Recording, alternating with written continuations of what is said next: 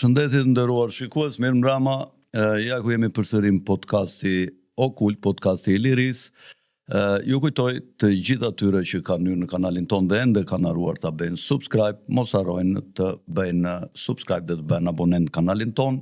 Falenderojmë sponsorat e emisionit ton, cilët vazhdimisht dalin në ekran ton dhe njëkohësisht dua t'ju kujtoj të gjithë atyre që duan ta shikojnë emisionin me titra, tashmë YouTube e ka krijuar të mundësi nga gjua shqipe.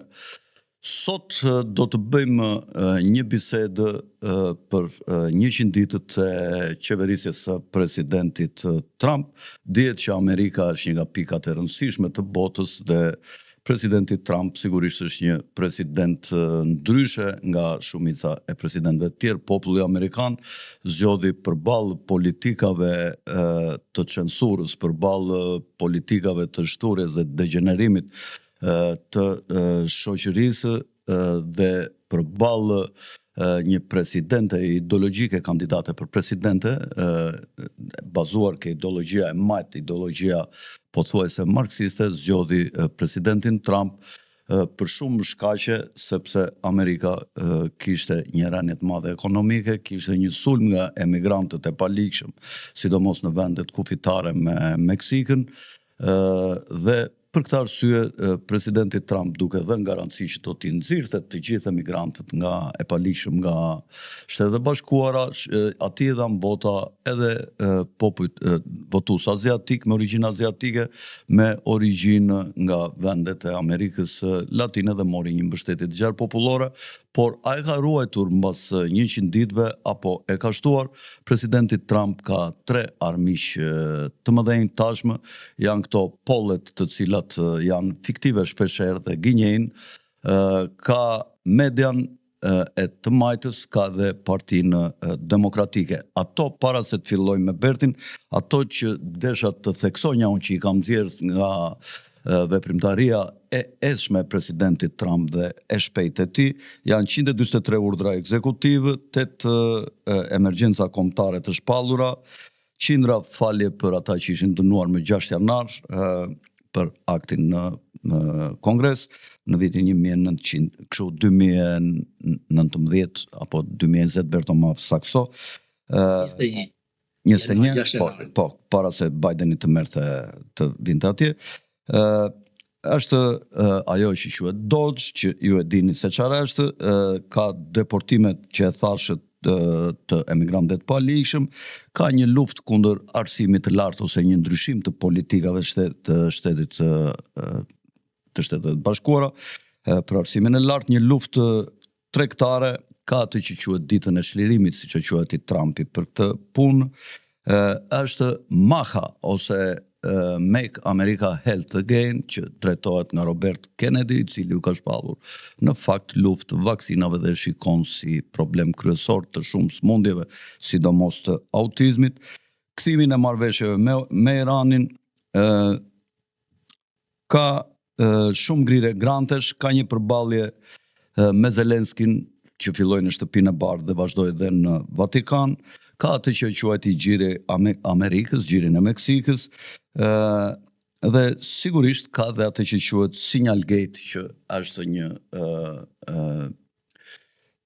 problem që asi administrata amerikane gjati një urdhri për një luftë në Yemen, sidomos për zvendes presidentin e Shtetet Bashkuara, që ju kapën dhe ju publikuan mesazhet që ishin dhënë për ushtrinë.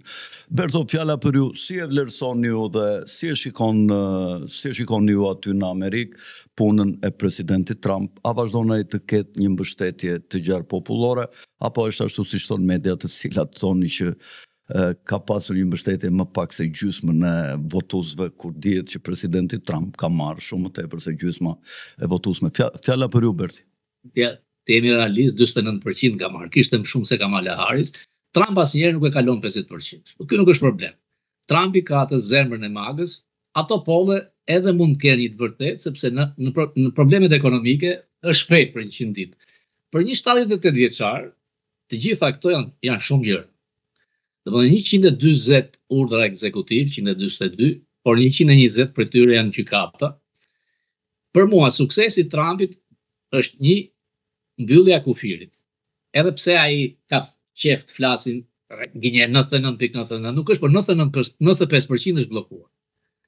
Ndërkohë që janë të paktën 12 milion deri 20 milion nga Biden, i cili thoshte që duhet legjislativ që të bëhet.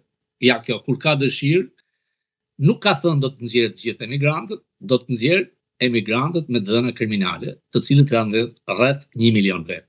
Ka të drejtë. Tani e Majta kërkon që çdo qenie njerëzore ka të drejtë për një proces gjyqësor. Jo, thot Trump, kur kanë hyrë nuk kanë pas proces gjyqësor, nuk mund bëjnë gjyqje me 20 milion vet. Këta kërkojnë të krijojnë një momentum me këto pollet. Natyrisht që pollet kanë dështuar disa herë me zotin Trump, por ai dihet që nuk e kalon 50%. Unë dje isha në një town hall që organizonte Cuomo dhe Bill O'Reilly, dhe Bill O'Reilly, miku vjetër me të, i tha që kush është gabimi më i madh këto 100 ditë. Asnjë gjë Bill, unë s'kam bërë asnjë gabim, nuk pranon. Me tarifat, askush nuk e di se si do të vijojë. Trump mund dështoj dhe Kongresin, por mund të jetë i suksesshëm dhe ty tek presidentët më të mëdhenj, që ka të drejtë që vendet e huaja përfitojnë kurrizë të Amerikës, ka. Se si duhet kryhet, ky është problem. Ajo Liberation Day, formula ishte tejet e fryrë dhe jo realiste. Sipas tij janë 18 vende që kërkojnë të bëjnë deal me të. Ende nuk është firmosur. Në qoftë se fillon me Australinë, me Japoninë dhe me Korenë e Jugut, do të vazhdojnë edhe Kina do të ulet, sepse në këtë luftë tregtare që ka nisur, ajo që pëson në shumë humbje është Kina, sepse fabrikat nuk prodhojnë, njerëzit nuk paguhen. Trump e thot, unë nuk kam nevojë për prodhimet e tyre. Dhe realiteti ky është, por që të kthehen prodhimet dhe të fillojnë në Amerikë, merr kohë. Janë premtuar investime me triliona dollar, në qoftë se realizohet, prapë përfiton ekonomia amerikane. Problemi është që Trump tha dje që unë nuk jam për Wall Streetin, jam për Main Street. Duket nonsens një miliarder që ka fituar nga Wall Streeti, mbështet njeriu e thjesht Main Street. Por Wall Streeti kontrollon. Fakti që ai thoshte nuk tërhiqem nga tarifat, ndërhyri Wall Street dhe u tërhoqi lavë 90 ditë tjera. Një nga fitoret e tjera të mëdha të Trump dhe ata që e kontrollojnë Trump, projekti 2025, është lufta me sukses ndaj wokizmit. Është hequr DEI, diversitet, përfshirje, barazi. Është e pa kuptim. Ti në qoftë se je afrikan-amerikan, në qoftë se je transgender, në qoftë se je gay, gjini që ka pa kuptim, ti hyn falas në universitet, ti ke kuota punësimin administrat, pra jepet rëndësi pigmentit dhe jo njeriut. Nuk ka pse të ndodh kjo. I ka zhdukur, në administratë shtetërore nuk ka më nga këto zyra, por dhe shumë biznese, korporatat mëdha, kanë shkuar në këtë hulli. Në lidhje me arsimin e lartë, a ka drejt plotësisht. Kërkon ta shkrijë dhe do të shkojë drejt shkrirjes departamenti i arsimit. Duhet kuptoj që nuk është në paurin e tij, e ka kongresi. Dhe unë këtu e kam me këtë, ai e ka kongresin e ka senatin, dërgoj atje që këto ligje mos kthehen më, se urdhat ekzekutiv, në një rast teorik që fitojnë demokratët, ti kthejnë prapë mbrapsht. Departamenti i arsimit është krijuar nga Carteri, që siç është krijuar mund të shkrihet. Niveli i amerikanëve në lexim në anglisht është klasa e 6. Universitetet e kanë ulur shumë barin e pranimit. Harvardi, që ka qenë një emër i madh, përposa asaj që ne quajmë SAT, ka pasur edhe një provim për matematik. Vështirë. E kanë ulur nivelin e provimit tek aritmetika, e përmendi Trump, 2 + 2 4 dhe ty hyn. Dhe kur profesorati i Harvardit dhe shumë kolegjeve të tjera janë 95% demokrat radikal, kjo ndikon, sidomos tek juridiku, si të them shqip, drejtësia, departamenti fakultetit drejtësisë, prodhon këta gjyqtar manjak, të cilët kanë hedhur në gjyq administratën në 122 urdhra ekzekutive. Janë rreth 675 në mos gaboj gjyqtar federal. Tani gjyqtar federal mos duket në një gjë që kanë zbritur nga qielli, janë emëruar ose nga presidenti i djathtë ose nga presidenti i majt. Ku është ndryshimi? Personat e emëruar nga presidenti i djathtë kanë integritet. Kur ishte Barack Obama president, nuk kërcenin që të hidhin gjyq çdo gjë që ai bënte. E kundërta ndodh me demokratët. Dhe nuk ka logjik që një gjykatës në Havaj të hedh poshtë një vendim gjyqësor të administratës në Washington.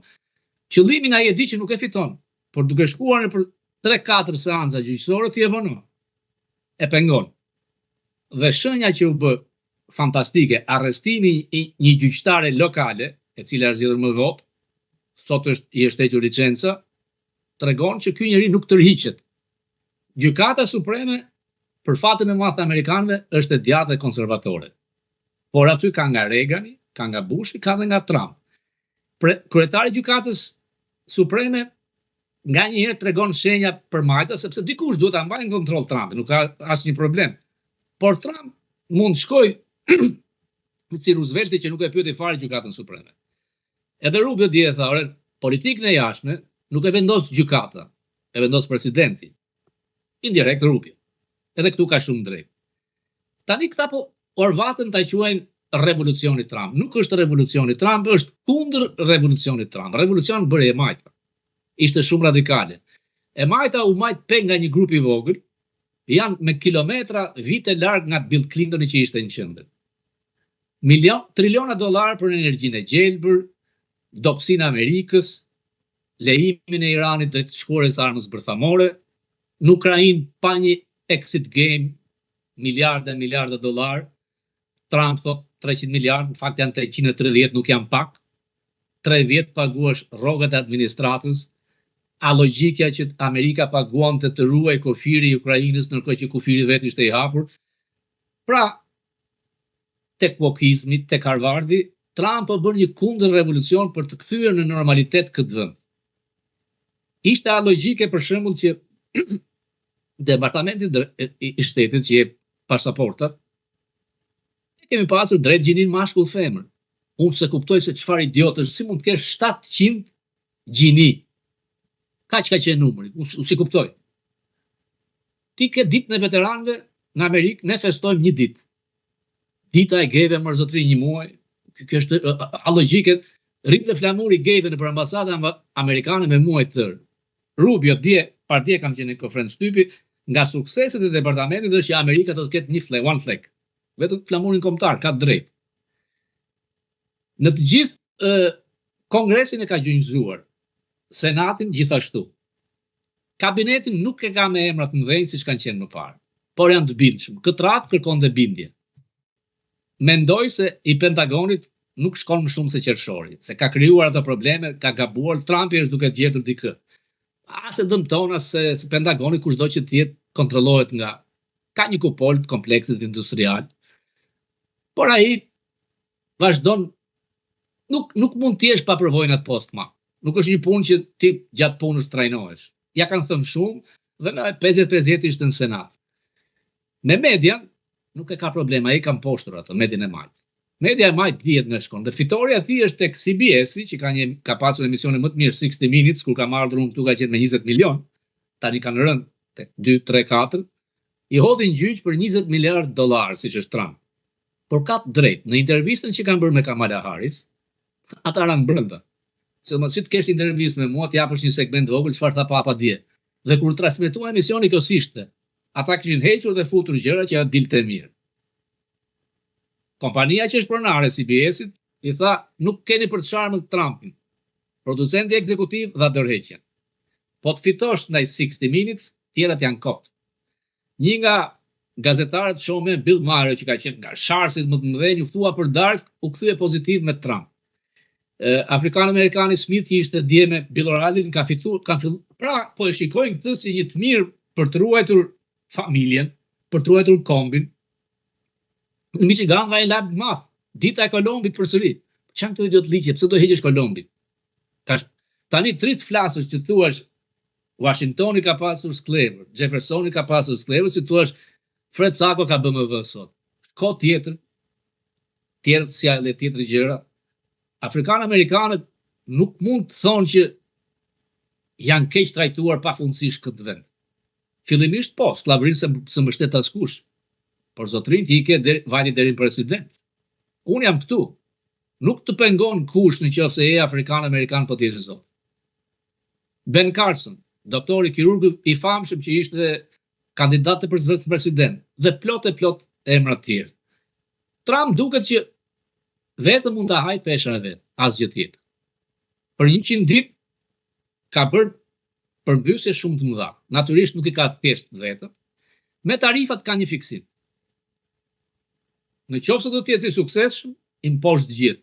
Ky vend ka krijuar një sistem të tillë që të kontrollon. Domethënë, kongresi çdo 2 vjet fillon fushata, ja tha Bill O'Reilly dje, ti në qoftë se në këtë kohë vitin tjetër se ke zgjidhur këtë e humb kongresin, po e humb. E pranoj. Tjetra, duke arrestuar njerëzit në këto lloj mënyrash, ti po krijon një përbindësh duke luftuar përbindëshin. Edhe këtë e di. Po rrugë tjetër nuk kam. Problemi është me emigrantët, ky vend mbahet nga emigrantë. Ata që punojnë duhen respektuar, s'ka pse ti deportosh. Por ata që janë kriminal me fakte, me përdhunime, nuk kanë vënë këtë vend të madh. Dhe fundit emigrantët e paligjshëm i mban vetë sistemi, edhe Trump, edhe të majtë. Sepse milionerët e Trumpit i punsojnë për cheap labor, shkelin ligjin federal, demokratët i duan për votë. Sepse një emigrant që vjen nga këto vende, down the road, voton për ata. Dhe ajo që thotë që ka dhe emigrant pa letra votojnë, unë di rast. Është masive, ajo është tjetër gjë. Sistemi është i tillë që por riardhja e tij e madhe në aspektin e një ballafaqimi globalizmit, nacionalizmit, Trumpi nuk ka frikë ta thotë që është nacionalist. Trumpi nuk ka frikë të mbrojë rasën e bardhë. Trumpi nuk ka frikë të mbrojë krishterët, ata që kanë themeluar këtë vend. Trumpi është Trump. Ndaj dhe mori ato vota aq masive nga ajo pjesë e heshtur, të cilët në përpollë nuk flisnin. Në mandatën e parë u ta them Fred e kishin për turp njerëzit thonin që do votoj për Trump ose votova për Trump. Të tradh, atë ditë që votojnë, lagjen time është lagje në mirëqenie. Unë pash autobus me flamuj, nuk kishte ndodhur kurrë. Dhe gëzimi ditën tjetër ndihej. A ishte votim racial? Duhet jemi të hapur. Nuk ishte Amerika gati të votonte për një njeri mediokër siç ishte Kamala Harris. Dhe Trump kishte records çfarë kishte bërë 4 vitet e para. Të bëj një lidhje me Shqipërinë. Nuk ka fituar zoti Trump nga Laçivita, nga Budalliqi. Zoti Trump fiton nga mendja e tij, nga mënyra si flet, nga mënyra se si e ndjen me instikte. Dhe në debatën e parë, Kamala Harris e mundi Trump. Sepse e orientuan gabim personat që ishin afër tij. Cory Lewandowski, që është një mendje shumë e zgjuar e 2016, u thrit me Paul Manafortin. Ata ideja ishte kjo, mos i ndërhyni Trump, let Trump be Trump. Ai e di. Trumpi, edhe unë fillimisht thoja, ky po humbet. Ky s'po merr nga ajo gria fare, s'po merr nga intelektualet. Pa ishte më zgjuar se ne. Ai deshte magën, po të mbaj bagën nuk fitoi, sepse ai kishte një bindje që Kamala Harris nuk shkonte kur 84 milion vota sa Bideni.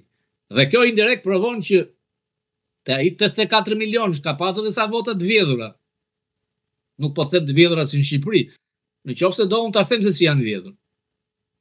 $450 milion i jep Facebook për grupe që të shkonin nëpër shtëpitë amerikane, te nëna ime, nëna jote amerikane, me thënë se si të votosh. Kjo është vjedhja. Tek zarfët. Ti ke ndikuar me $400 milion, tani është gjunjëzuar Zuckerberg. Nuk e realizoi herën e dytë. Votimi me zarfa ishte skandalos. E para nuk ka atë votën individuale. Tashi Berto Dhe ajo që mua më shqetëson. Më dëgjon Berto? Më shqetëson.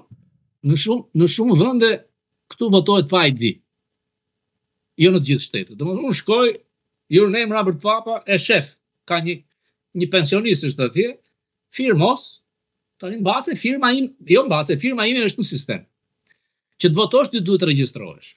Mundësinë e regjistrimit ta jep në çdo gjë kur ti aplikon për diçka shtetërore, ta jep letë që po nuk e regjistruar nuk voton. Edhe pse regjistrohen, pra 50% nuk votojnë. Kjo tregon që shumica pranon statu quo. Kanë arritur një kuptim që por ajo që ndikon është ekonomia. Trumpi fitoi me ekonominë dhe me kofirin. Natyrisht fitoi me transgender, është i suksesshëm. Ajo që e largon, ajo që e gjynjëzon është ekonomia. Me 100 ditë ai prap flet sepse Trump është Trump. Po Dhe thoshe ka shkuar benzina 1.98, jo më zëtë 30. Bert, më dëgjon? Por Më dëgjon Bert? po. Në lidhje me paqen në Ukrainë, Rusi-Ukrainë. Po ja tha sot, shiko sa e bukur është paqja me Ukrainë. Them se fitoi Zelenski. Për 10 vjet do krijohet një kompani 50-50, por jo me privatizim. E kupton sa gjë e bukur, si mund të ishte bërë kromi dhe nafta në Shqipëri? Qeveria amerikane, qeveria Ukrainës, investime, dhe Amerika, nuk e thonë këta, do të mbrojë hapësirën ajrore të atyre zonave. Çfarë do më shumë, po të mbrojë Amerika hapësirën. Për 10 vjet, fitimet nuk do të vinë në Amerikë. Do të bëhen investime në Ukrainë. Mbas 10 vitesh, Amerika do marrë 50%, Ukraina 50%, dhe flitet për materialet rare të ralla, të cilat në shumicë i kontrollon Kina, ndaj do të marrë Groenlandën se ka këto materiale, e ka nevojë Amerika. Ndërkohë, në atë bisedë 15 minutë që në Vatikan, Zelenski ka rënë dakord me atë që ka thënë Trump, askush se di. Trump i tha që interesante, dhe unë besoj se do të arrijë tek paqja. Zelenski e ka bindur, Putini ka shumë frikë, s'ka si mos ta ketë. Tani pse i lajkaton Trumpi Putin? Tani Trumpi e di se çfarë është Putin, që është vrasës, është autoritar, është diktator, por që ta thrasësh dikën në tavolinë, do të bësh lajka, po lajkat që bën Trump me Putin janë shumë herë më të vogla se ti e di më mirë se unë, se ç'i ka bërë Roosevelti Stalinit, se këta i harrojnë. Stalini ka vrarë me milione njerëz më shumë se Putin, 50 milion në gulag. Po, atëherë kur ti e fal Stalinin, po pritet lere dhe donin, se nëse realizon paqen, vetëm ky njeri realizon. Por edhe ka kërcënuar do diverse aksione, Putini nuk është budalla, është i zgjuar. Gabimi i Trumpit, siç më ka thënë Bolton, Trumpi e kujton se e ka mik, po ta kesh mik. Ti ke bërë disa takime, por Trump ka pëlqen njerëz të fortë. Po ishte i dobët i rrëlluzur. Fjala parë që. Berto, kjo Fedi në raport me gjithë punën e ky Jeremy Powell, kam pasur ca konflikte. Trumpi ka të drejtë. Trumpi e ka vendosur personin, edhe në Shqipëri do të ketë, si me cili bashkët në kompani. Vendosi njëri që të kanë rënë republikanët, dhe kur vjen një president që si ishte fare në detyrë Biden, ti me të ul interesat i kështu hapur. Sa të vjen krahu jot, ti kërkon tregohesh, ti dhe mund të kesh drejt, po zotrim me atë pse isha aq tolerant me atë, se ekonomia me Bidenin nga fundi filloi, nuk ishte 6 muaj të fundit e kapi veten rritje ekonomike, sepse e favorizoi ky. Tani ky është kryeneç, po ikën $20 trilion nga kjo kryeneçsi. Ideja që nuk e heq Trumpi heq çdo njeri. Hoqit FBI nuk pyet Trump. Njëkohësisht me Jeff Bezos, Trumpi këto ditë i ka bërë presion, që të ulte çmimin nga tarifat, pra të ulte fitimet e tij dhe të mos çoheshë çmimi i tarifave ke blersi. Ato te blersi do shkojnë. Ajo është një taksë e shtuar teknikisht. Jo, Trumpi ka kërkuar të ulë fitimet dhe i ka pranuar. Nuk ishte për këtë. Ai tha tek çmimet e gjërave që vijnë nga Amazona, për shembull ke blerë një telefon që bën $100, tani e blen 110, do thuaj se $10 është nga tarifa. Kjo ishte një sfidë e madhe ndaj Trumpit. Domethënë njerëzit, sepse njerëzit nuk e kuptojnë që është e thjeshtë, nëse po themi një BMW bën $100, e merr nga Gjermania, me taksën është 125. 125 nuk e paguan, atë 25 se paguan Gjermani, e paguan importuesi amerikan. Dhe kalon te unë. Ky është fakt. Por down the road, ai mund të thotë Gjermani, atë 25 në ta ndajmë, se ndryshe nuk ta marr dhe punëtori yt ngel pa punë. Ktu është ideja. Por fakti i tarifat paguhen nga. Po pastaj ka një gjë, nëse BMW-ja bën $100, po e bëj thjesht 125, tarifa i bie gjithë taksën. Si taksë shtuar është. Po. Dhe kur ai thotë që po na vinë me miliarda dollar, nuk po i paguhen ata. Paguhen këta që i blejnë. Dhe në një moment, prapë është i zgjuar, sepse do të nxjisi prodhimin vendas, domethënë, pse do marr BMW-n kur marr Fordin? Në qoftë se Fordi është makinë e mirë, se këtu është problemi. Gjermani ka makina më të mira, ndaj unë për shembull Gjermane kam, le ta vi tarifën sa doj. Kurse me Kinën, Kina chips $300 miliard është suficiti tregtar. Po. $300 miliard është interesi bonet e thesarit, sa ata kontrollojnë 750 miliard tona. Dhe ajo që është vjedha intelektuale që bën kinezët, që shkon te $400 miliard, pa frikë. janë 300.000 student kinez që çdo vit studiojnë këtu. 1% janë spion ekonomik, dëmi është kolosal. Nuk e kuptoj pse vazhdojnë të marrin emigrant nga Kina. Ndërkohë mund të marrë shqiptar, maqedonës, bullgar, polak, por Trumpi edhe këtu mund ndërhy. Kina mbashtaj mashtron tjetër, se ja të them diçka tjetër. Tek ato tarifat që vuri, ishin dy ishuj. Një ishuj që kishte vetëm pinguj, dhe një ishuj tjetër që kishte vetëm uzar amerikan. Dhe këta të mëdhej të marrin, o idioti, i ka vënë tarifa pinguinëve. Jo më ja, Trumpi s'është idiot.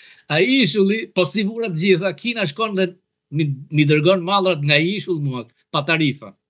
Po. A kupton? Se Kina këtë bën. Ky hoqi mandatin e parë Meksikës dhe Kanadas. Kompjuteri që kam unë këtu, të dy janë Lenovo kinez. I sjell në Meksikë, unë e blej lirë, unë përfitoj në këtë rast. Përpara tarifave e bleva këtë dytin, se me rritjen e tarifave do shkonte dy fish. Pra, por do të ketë pak dhimbje në fillim, ai tha një fëmijë amerikan nuk do të ketë dy kukulla, jo 38. Duke thënë që kinezët tani të jemi realist, Amerika nuk ka nevojë për asgjë, i prodhon të gjitha këtë. Ka favorizuar në mënyrë shumë skajore Evropë. Është ndërtuar shteti social në Evropë. Amerika Berto derisa erdhi Trumpi, ekonominë e saj e kishte të përqendruar 90% ke mallra dhe shërbimet dhe vetëm 10% ke prodhimi. Tashi Trumpi po përpiqet ta përmbysë këtë raport. Mendoni ju që do të arrijë qëllimin? Duke industrializuar Amerikën me një president nuk bëhet. Por shanset janë që Senati të mbahet nga republikanët, dhe mundësia është që të jetë republikanë për 8 vjet tjera. Ndoshta në fakt ishte DeSantis ose Rubio. Pra në një periudhë gjatë kjo ndodh. Për 4 vjet nuk mundesh. Nuk mundesh sepse ta thash, po humbi kongresin, do fillojnë me impeachment, do ta mërzisin. Sepse gjithë ato problemet gjyqësore nuk janë mbyllur. Në një rast që vjen një president i majt, ata e mbysin. Por unë besoj se diçka do të kthehet. Sepse nuk ka mundësi që tani 170 miliard dollar minus me Meksikën, 60-70 me Kanadan. Ne i subvencionojmë të 250 me Europën. Domethënë Amerika ka 1.3 trilion humbje tregtare. S'ka pse. Trumpi thot no free trade, but fair trade.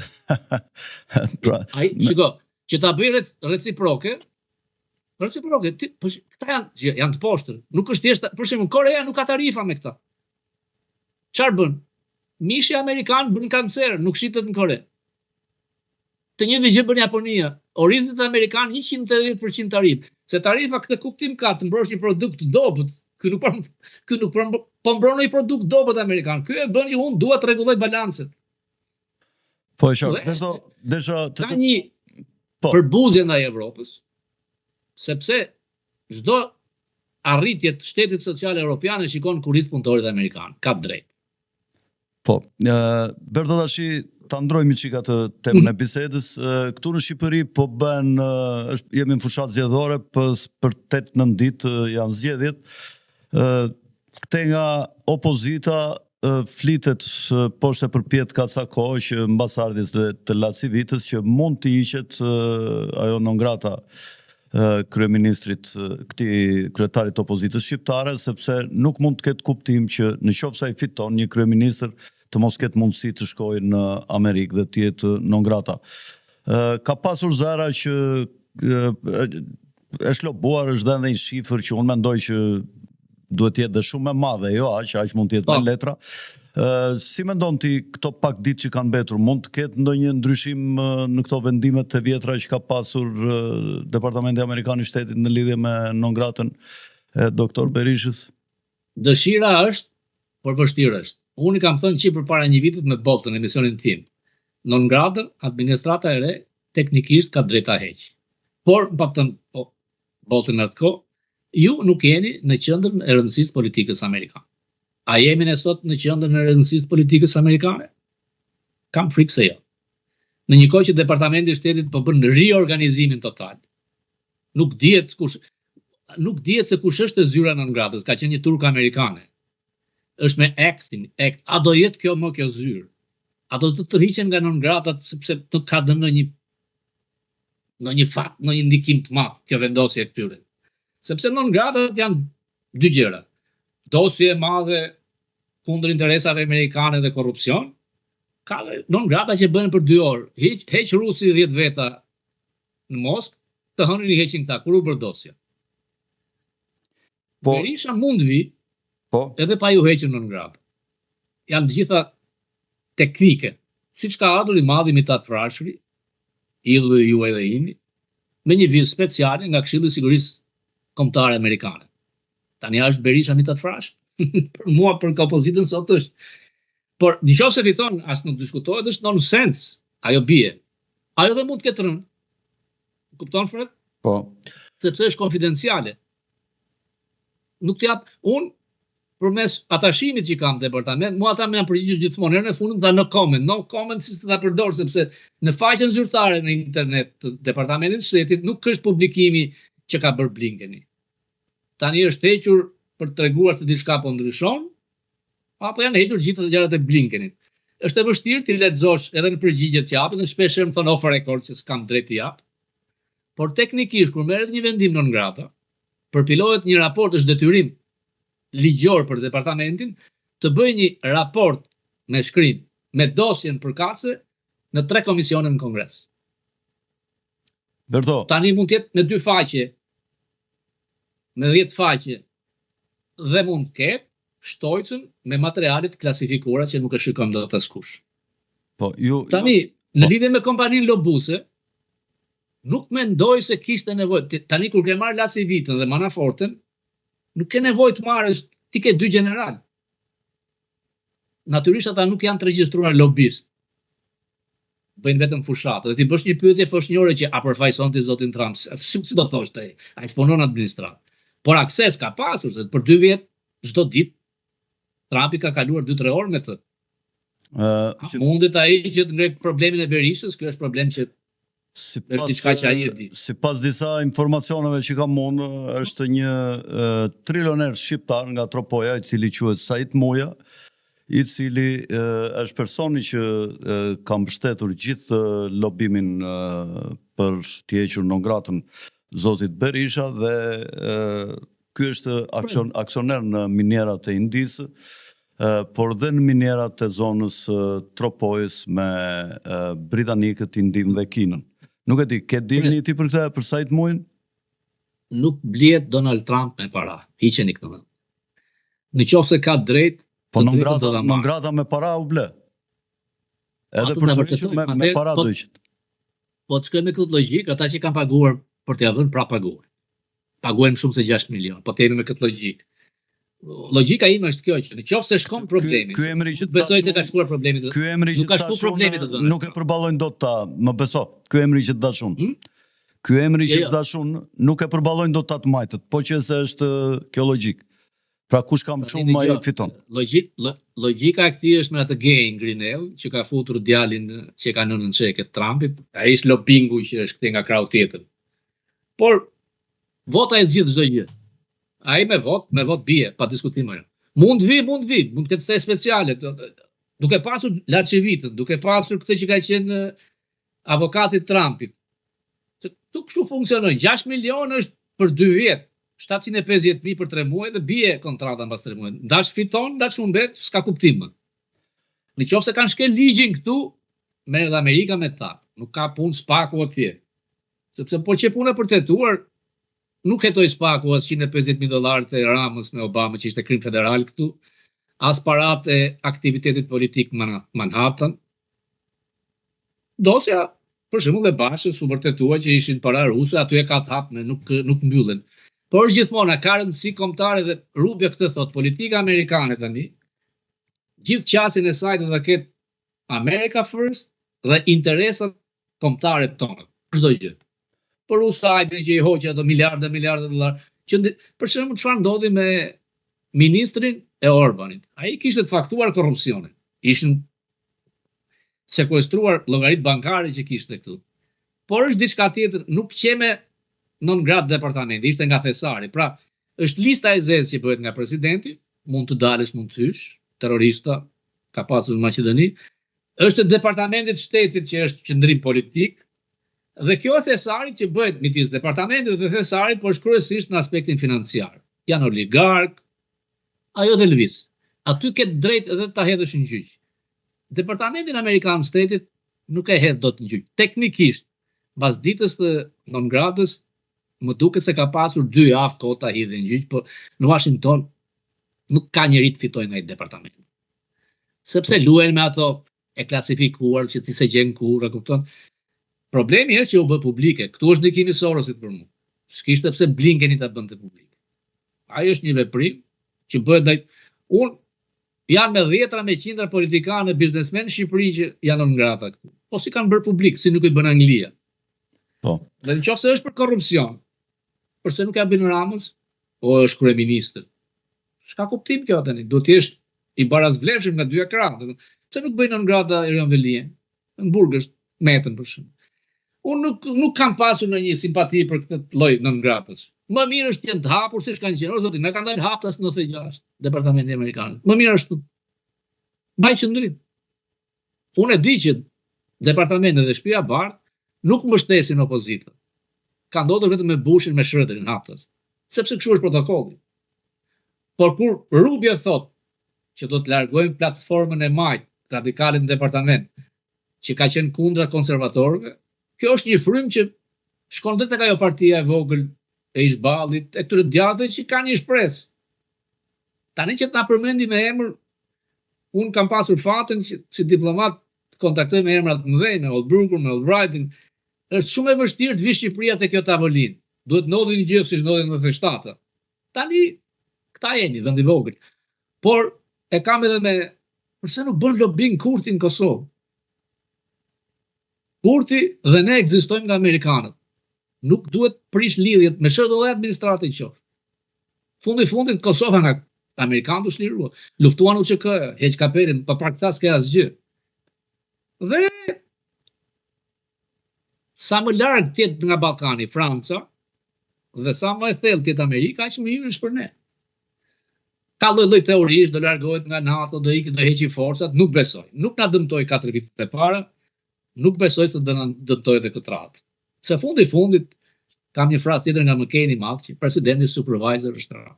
Janë forca interesi, siç e kontrolluan te tarifat, është hedhur ai shumë gjak në Kosovë, është punuar ai shumë nga DeGuardi, nga McCain, sepse fundit ajo zemra kontrolluese e republikanëve janë neokonservatorët. Trump s'ka qenë kur i djathtë. Trump i përfitoi dhe mori votat masive, ka marrë votat e punëtorëve të majtës, ata të Clintonit. Por prap, Senati, think tanket, është partia Reaganit, partia McCainit, partia Bush. Trump e kontrollon tërësisht. E kontrollon aq shumë sa ka bërë gjëra që s'ka guxuar kushti më.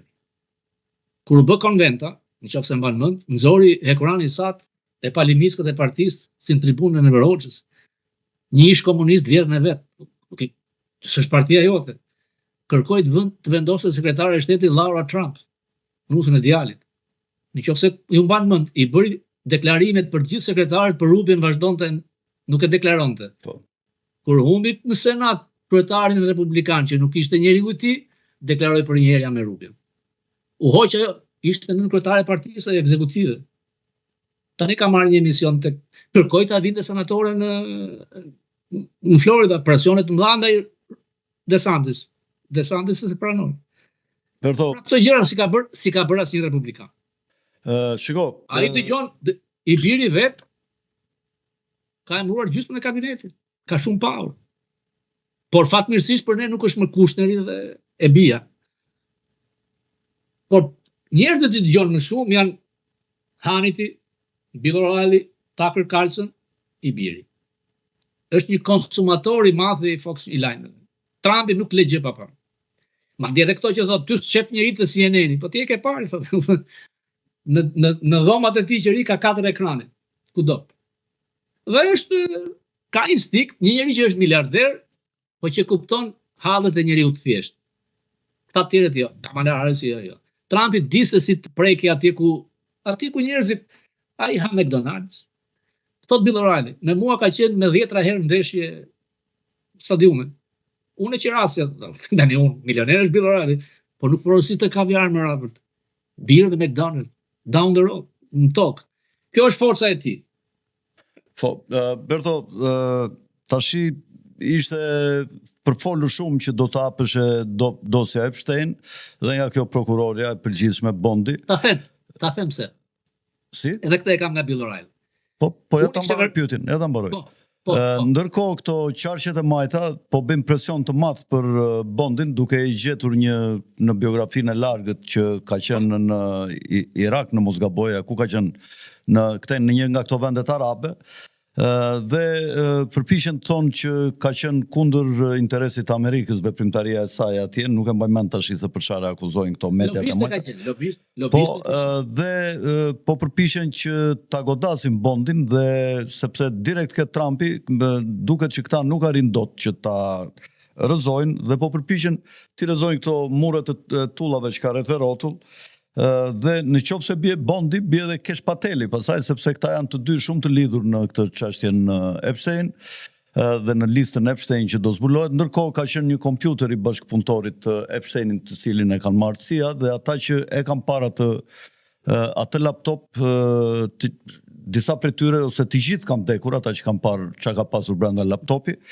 Dhe ndërkohë dihet që një nga dëshmitarët kryesor të dosjes Epstein ishte ajo femra në Australi, që thonë që e vetvran, domethënë, që thuhet e vetvran, dhe që ka akuzuar vllahën e mbretit Charles, si e ka ky Artura, George si Andrew. Qa mendon ti, qa po ndodh për këtë listën Epstein dhe a mund të jetë Trumpi ke lista Epstein? Edhe mund të jetë. Trumpi ka pas njëjë me Epstein. Trumpi ka qenë humanizer me femra me gjëra, po skandale Trumpi është i kujdesshëm. Ka dy gjëra. Trumpi nuk shkruan kur email, nuk përdor kompjuter, nuk përdor telefon, nuk le gjurmë Trumpi. Po për të shkruar Bill O'Reilly shkruaj apo jo? Bill O'Reilly, nuk gjeni e ke parë firmën si e ka Trumpi. Trumpi është Trumpi vepron nga njerëz si mafios, në kuptimin e mirë të fjalës. Bill O'Reilly tha, më thriti në Mar-a-Lago. Tani kur tret presidenti do shkosh, pa avionit shkova atje, i thash, ku do ta hapësh dosjen e Kennedy? Se e kërkoj. Këtë javë tha. I thash, unë tha, me Epsteinin mos u merr, se prishin shumë familje. Okej, tha. Pra, edhe mund ta hapte. Bondin ai e ka të preferuar dhe më vjen mirë se O'Reilly e ka afruar Bondin. Nuk e heq njëri Bondin. Dot. Ato që ka pasur, po, është ajo lobist, dhe këtu punon me edhe Blinken i përpara se të bëjë sekretar shteti, ka pasur në miliardë dollar kontrata me kompani. Kështu funksionon ky vend. Do të heqësh ligjet e lobingut, të heqësh këto. Kash Pateli do të ikë pa ikur Bondi sepse ka 2 muaj nuk po bën asgjë për dosjen McGonigal, urdhrin që i dha zoti Trump. Nuk mundet, nuk ka aftësi. Numri 2, polici Don Bongino out. Duhet të jetë një FBI. Dhe në një kam vllajën e tij këtu afër me. Don Bongino ka thënë që një gjë është e sigurt që FBI mund ta drejtojë çdo gjë, po jo drejtori me nëndrejtorin. Tani arrit ta kuptoj. Është 37.000 vet, a kupton? Po në qoftë se ai nuk jep efekt për këtë, dhe Trump ka drejt, nuk ka lidhje me ne, është me dosjen ruse, dosje e stisur, dhe ai do hakmarrës thuaj si duash, do të shkojnë mbas atyre që donin ta fundosin, s'ka asgjë të keqe. Bondin e ka besnikën, e ka pas në Florida, ka pas nga pas, Bondi nuk e shet Trumpin. Se mandatën e parë shitën shumë. Dhe likin ka pak, ai që po e dëmton është Hexet, që siç thotë O'Reilly do të largohet në qershor sa të gjejë një tjetër. Nuk ka emra që ka Lurov, i cili del te Fox News-i, pa ka atë inatin se ky shkatroi Bushut, e kupton? Ka Lurovi ka qenë emri i madh. Po. Dhe ai flet tani nga ana po ta marrësh me deduksione, ka drejt me tarifat, po shkatron ndime se të largosh $20 trillion për 2 javë është edhe Liz Cheney e largovi. Domethënë nga largoi veten. Liza. Liza largoi veten, shfaq ka Trump. Tani nëse e republikan, nuk ke pse bashkon votat me demokratët, sepse fundi familja jote politike. Po pra, ishte gati të shkonte. Pikërisht për këtë e largovi Trumpi se Trumpi është Trump. Po pra, kishte drejt sigurisht. Neokonsët nuk kanë më shumë fuqi aty në Partinë Republikane. Në pamje të parë, Projekti 2025. Neokonset e Skull and Bones janë urdhër okult shumë i fuqishëm që janë dhe të majtët dhe ke djatha, por ata e kontrollojnë Amerikën. Projekti 2025 është i neokonsave. Trump e ka kundërshtuar, po ta shikosh projektin 2025, janë gjërat që ai po bën. Se s'po i bën ai personi më i fuqishëm në shtëpinë e bardhë Steve Miller, zëvendës Chief of Staff. Ai ka lidhje tërësisht në J.D. Vance është pjesë e projektit 2025.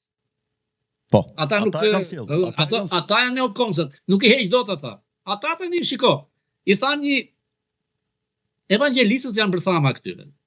Neokonsat aty e kanë fëqe protestant, white Anglo-Saxon Protestant was, ti e di. Ore si voton ti për Trump? Imoral, amoral, 3 gra, unë nuk e du dhëndër për gocën time, e dua si tull me përdor. Atë që duam nga kyt nga vendos sa më shumë dëgjoje gjyqtar federal djath. Dhe Trump e bëri masivisht në parë, bjerë një listën, t'ja u kaloj. Është në rregull, Trumpi mund mos jetë djath, po në funksion të atyreve është. Dhe kur mbron nacionalizmi, te neokonsat është. Në qoftë se do të shkatroj tentativët bërthamore të Iranit, te neokonsat është.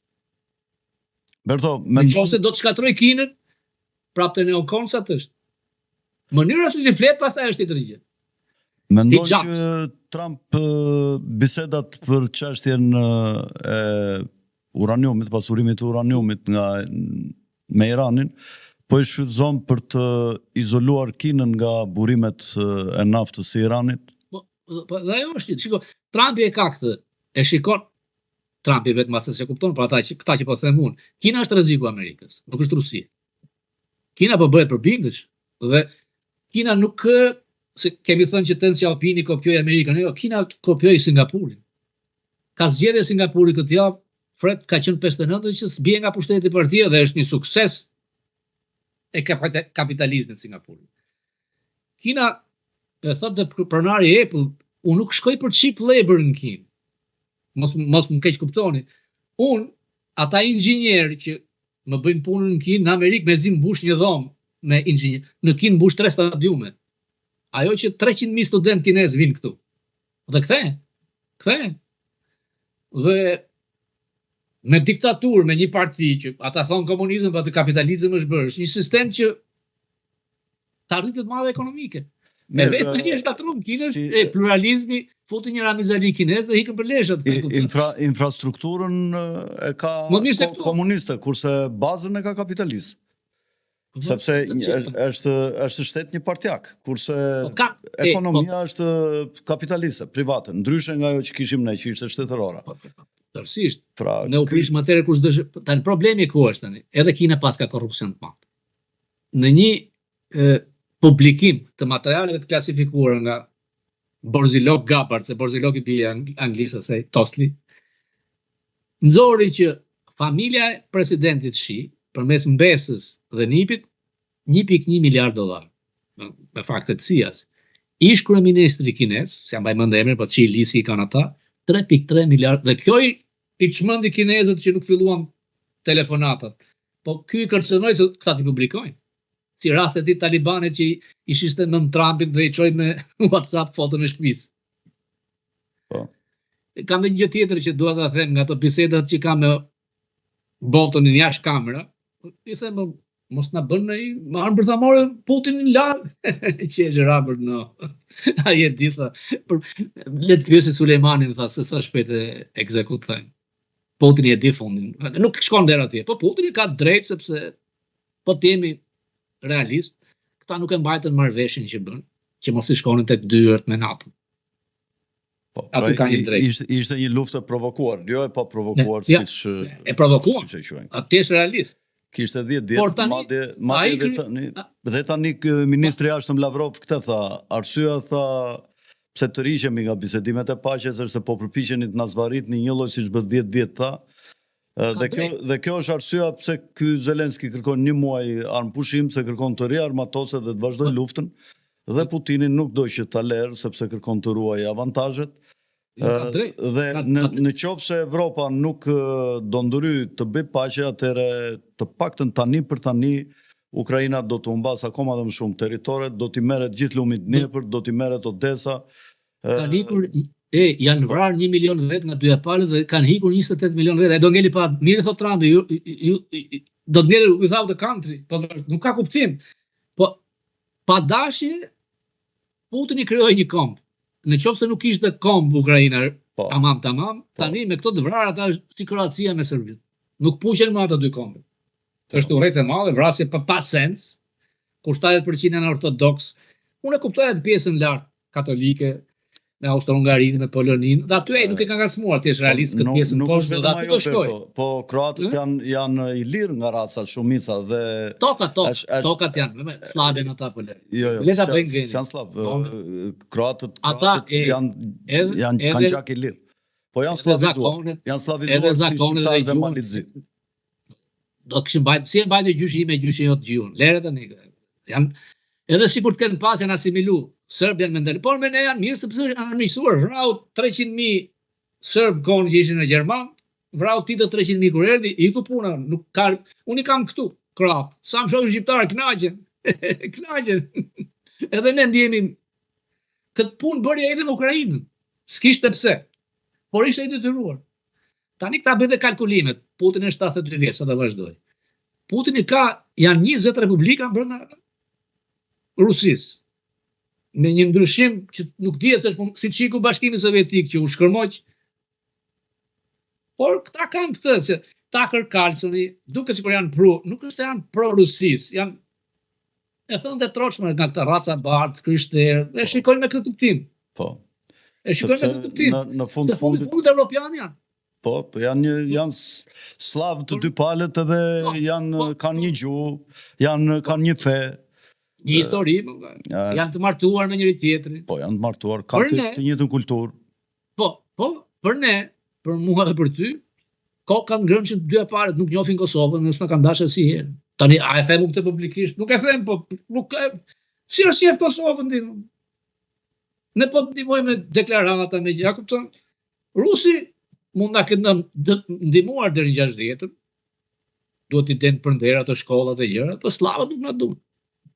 Slavët francezët, ne aleat, nuk e di ndër Austro-Hungaria se ekziston më, por Gjermani në Europë, Turqinë, Ballkan, Amerikë këtu ka 3 ambasada ka nevojë Shqipëria. Këta na duan tamam. Po. Mirë Berto, mendoj ta mbyllim këtu. Edhe ti ke ato obligimet e tua, të falenderoj për bisedën. Dhe i dhe pi kafe me karton më fret, se ju e pini me filxhan. Në atë vend që pijet kafe me karton nuk rrihet. Po hiqni atë ndërhyrësinë, rakunin global dhe unë kthehem. Mirë, të shpresojmë që do vish së shpejti. Dëgjoj, si Qazimuleti që i tha kur hiku, kjo punë o zgjidhet për 2 muaj e ne vin anglez, o 45 vjet e ne vin kines. Mirë Berto, mirë u pafshim. Të kam premtuar, do shkoj të filmoj varret e ballistëve fisnik që janë afër varrit me Tatvrashit. E di që janë atë varres, por nuk kam shkuar, më kanë thënë, janë një grup. E kam thënë njerë në një emision në Top Channel që Eshrat e Mitat Frashit i ka iniciuar Berti, më ka thënë mua, unë ja propozova kryeministrit i cili prirtës së vërtetës u tregua shumë mbështetës për këtë ide. Dhe unë kam falenderuar kur bën gjëra që po të bëj gjërat mira për Shqipërinë, shqiptarë në këtë rast ka bërë diçka pozitive. Kjo është gjë e mirë që bëri. Që solli korifeun e nacionalizmit shqiptar. Po, babaj konvit, kam qenë tetor në Shqipëri. Askush nuk shkoj nga këta ballistat që marrin lekët, s'kan ardhur këtu te varri. Shkova te varri, u ndjeva keq. Ja kishin prish gërmën, një qen alabak mbi varr, mos i thash, kishte kaprolla në Amerikë. Çfarë pas kemi bër? Çfarë është shif? Të gjitha gjërat nuk vijnë vetëm për mirë. Miru pafshim Berto, miru takofshim përsëri.